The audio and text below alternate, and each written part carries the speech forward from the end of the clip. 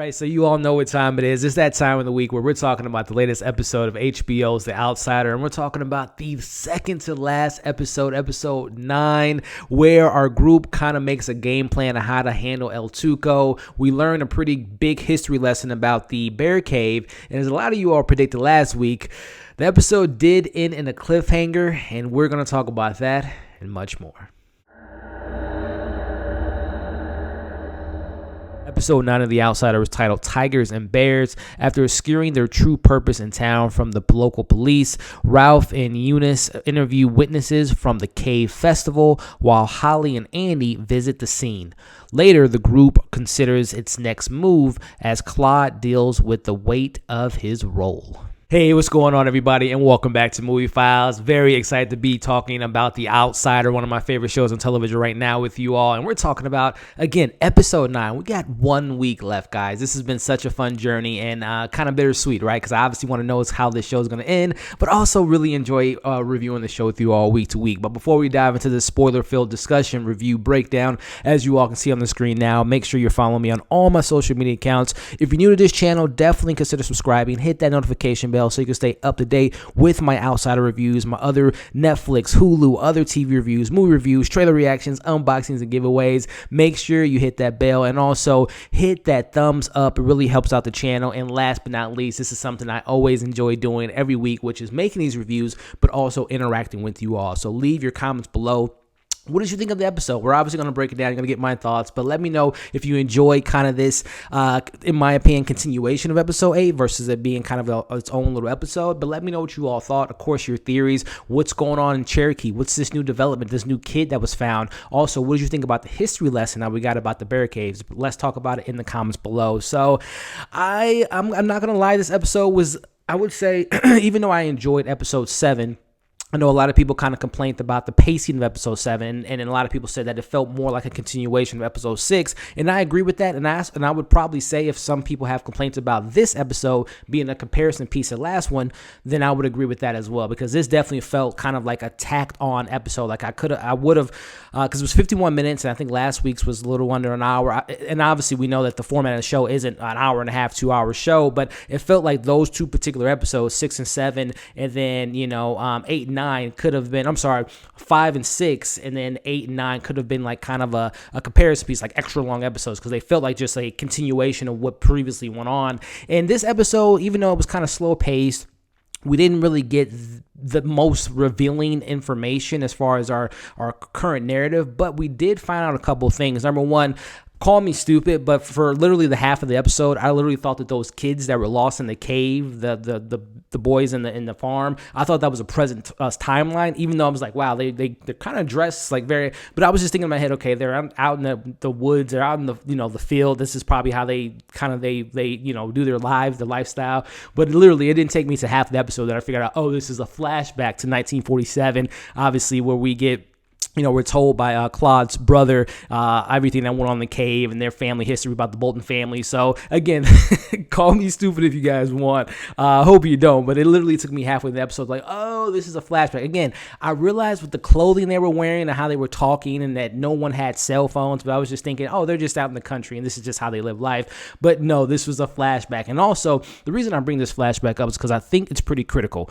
I'm a lot of you all say, hey, make theories about what you think the finale would be and predictions. I'm thinking they gave us that information about those bear caves because I think that might be, I don't want to say the origins, but it might be El Cuco's main hub. It might be where he came from in regards to whenever he does these, these killings and he takes over these people, this might be a pivotal part until El Cuco's, again, might not be his origin, but kind of his hub. It might be his home station. This might be where he's at. He was telling that kid last week, who we also got in this episode, about the caves, and you could see the bear claws and all that stuff. So I think that is a pretty pivotal part about El Cuco's. Again, maybe not his origins, but definitely where he hides out and where his main lair is. So let me know if you guys think the same thing. Is this is his main hub? This is his crib. This is where he goes to hibernate. This is where he goes when he's kind of in the state that he's in now, where he's super hungry. He doesn't know what to do.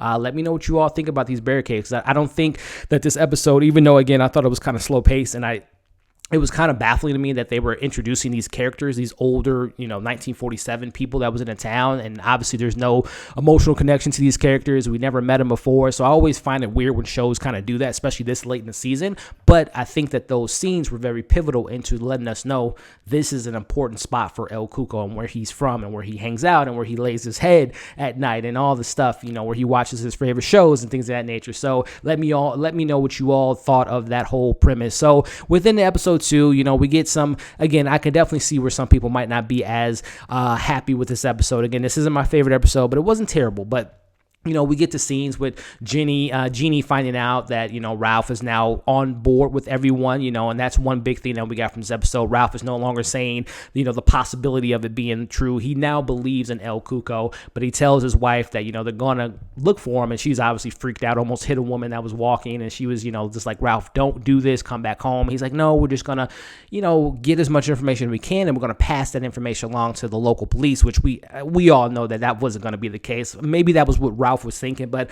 if stuff hits the fan, that they're going to have to, handle it on their own, which, correct me if I'm wrong too, I love how grounded this show is in reality, but everyone just seems to be, if it was me in this situation, I'm a pretty calm, cool, collective cat. But if I was in this situation, especially if I was Ralph and I'm just finding out this information, I would be freaking out, guys. Like, everyone just seems to be too chill for me at this moment. Obviously, we'll talk about the ending here, but everyone just, when they're kind of gathering information and like El Cuco might be here and this, that, and the other, everyone just seems kind of chill. I'm like, everyone needs to kind of liven it up a little bit, okay, guys? I don't know. It's just me, but I just think that everyone's just a little too grounded to reality. Like, I think everyone should be like at a 10 right now as far as, there's a demon, an entity that's taken people's forms and has been doing this for centuries. But that's just me kind of griping right now as far as criticisms of the episode and just kind of nitpicking. But, as far as some other things that we kind of got, one of the bigger things outside of the cave information was back in Cherokee.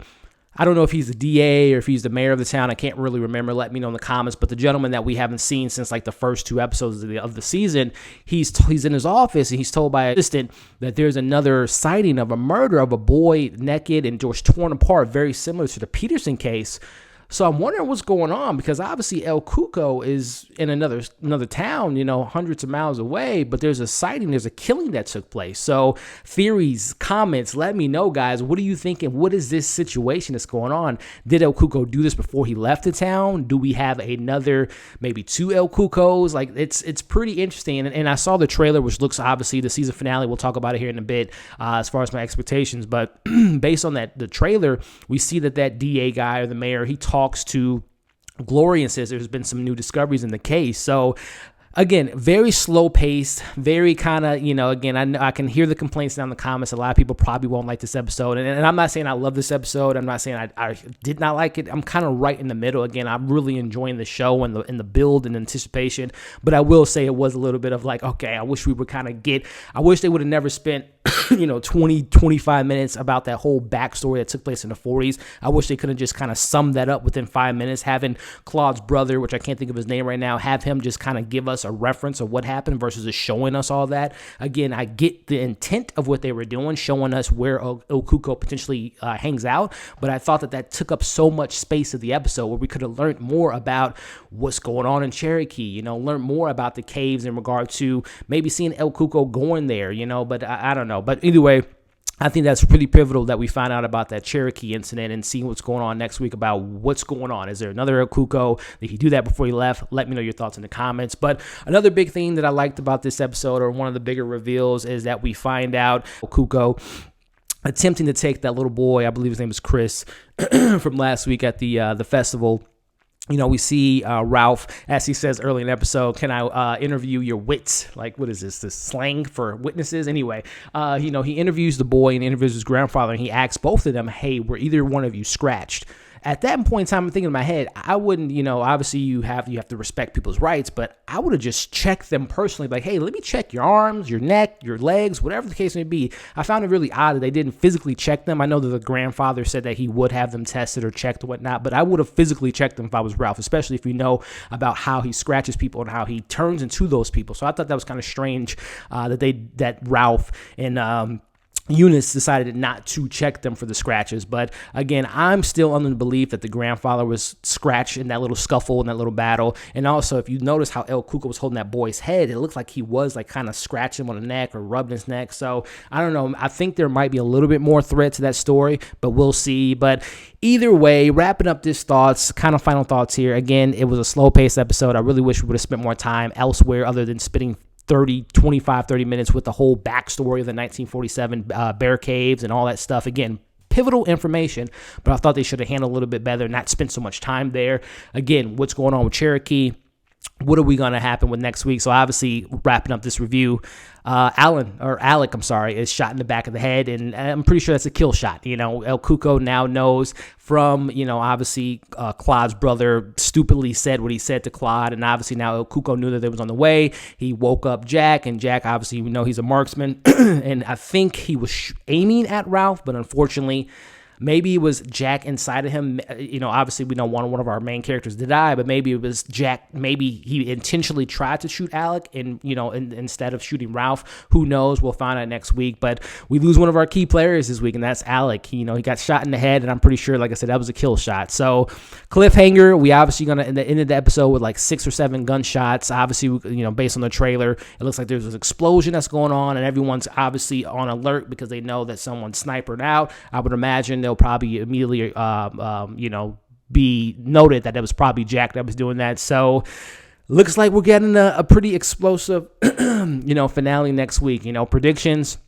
Again, I think that mayor DA is going to give us, let us know what these new findings of the Terry case is going to be.